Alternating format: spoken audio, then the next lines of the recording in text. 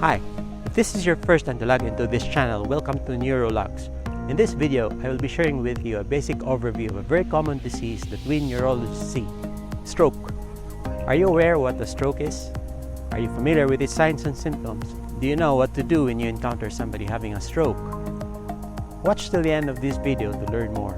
And don't forget to hit the like and subscribe button below and click the notification bell so you get informed of all new videos that I will be posting to this channel.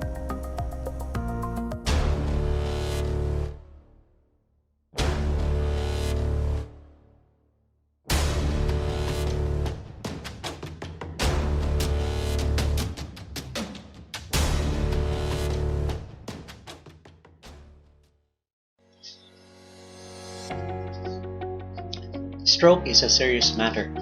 According to the World Health Organization, stroke is the second leading cause of death worldwide. This closely trails behind ischemic heart disease. The other 8 in the top 10 are shown in this list. Of these 10, 7 are notably classified as non-communicable diseases, illnesses that may be greatly affected by lifestyle modification. Based on stroke statistics from the Global Burden of Disease, we know that there are over 13.7 million stroke victims each year. That translates to about 1 in 4 people over age 25 having a stroke in their lifetime. At present, it is estimated that there are over 80 million people currently living who have experienced at least one episode of stroke in their lifetime. Around 60% of them are below 70 years old, 49% are male, and 51% are female. A stroke happens when a part of your brain loses its blood supply, thus preventing the delivery of vital oxygen and nutrients. Once this occurs, the affected brain cells could die in minutes. Thus, a stroke is considered a medical emergency. There are 2 major types of stroke. An interruption in blood supply may occur because of an obstruction in the cerebral artery, and this is called an ischemic stroke.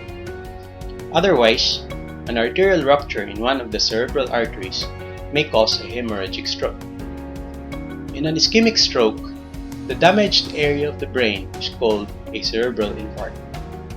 After the stroke starts, brain cells usually die shortly. However, in instances where the blood supply is only partially cut off, some brain cells may survive a few hours, and if the blood supply returns a few minutes or at most a few hours after the event, a number of these cells may recover. An easy way to know and remember the most common signs of stroke is called the FAST test. This involves asking 3 simple questions concerning basic neurologic function.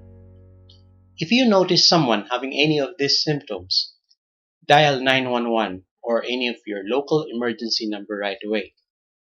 So what does FAST stand for? F is for face. Check out the person's face. Does it look asymmetric? Is the mouth or cheek drooping?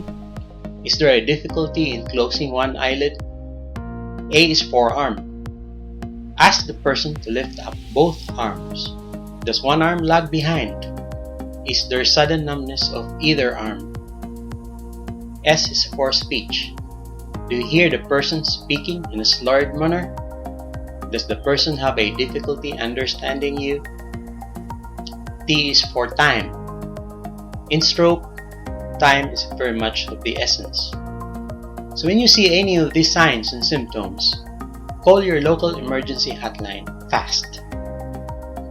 A little bit longer mnemonic we use to remember this common stroke signs is be fast, where 2 symptoms have been added.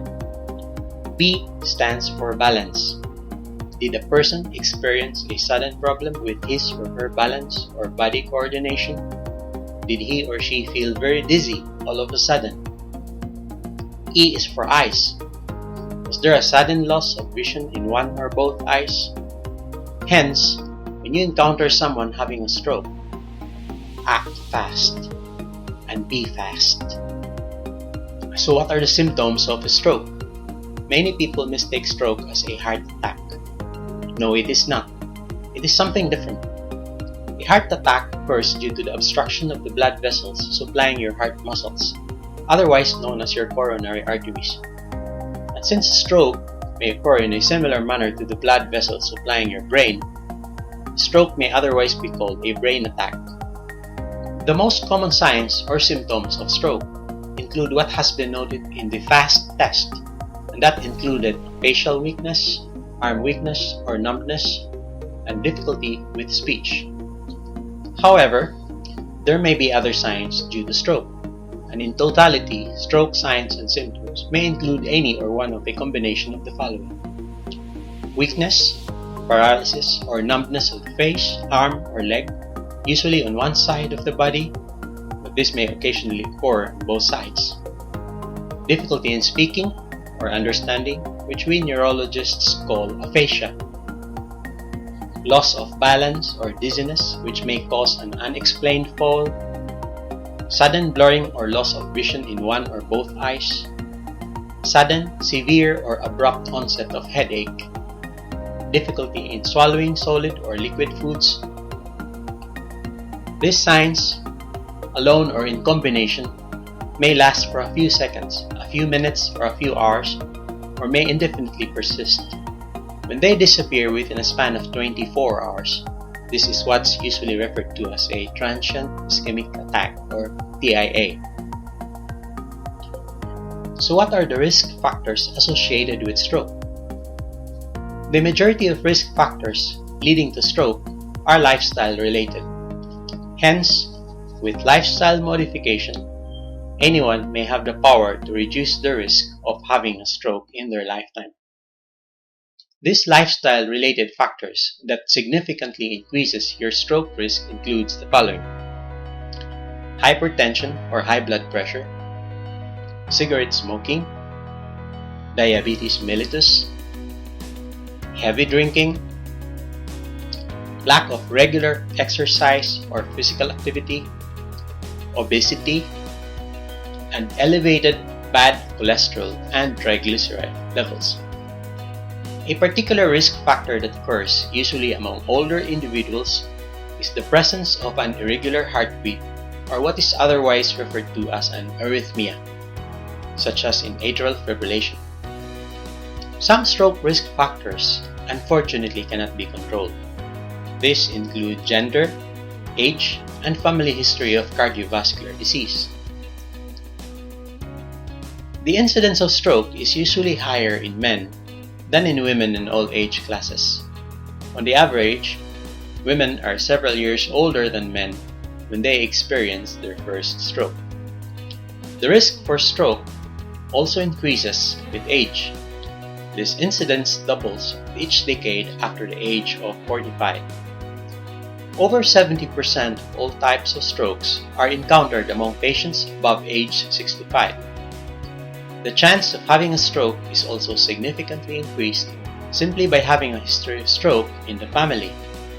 In a study done in the state of Utah in the United States last 2003, it was noted that as much as 86% of all early strokes occurred in just 11% of all families studied. So how do we manage stroke? There are medical professionals trained to manage stroke and to help improve the quality of life of a stroke survivor.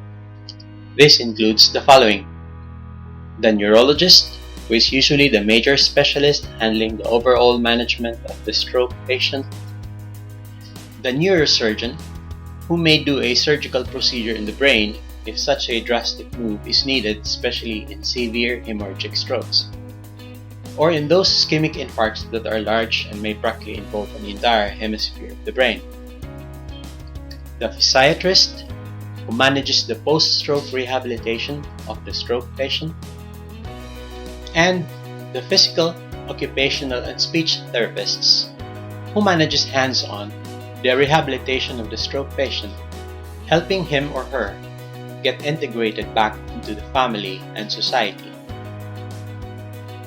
So remember, whenever you encounter somebody with any of these stroke signs and symptoms, and this may be a family member, or perhaps even somebody in your workplace, remember, act fast and be fast.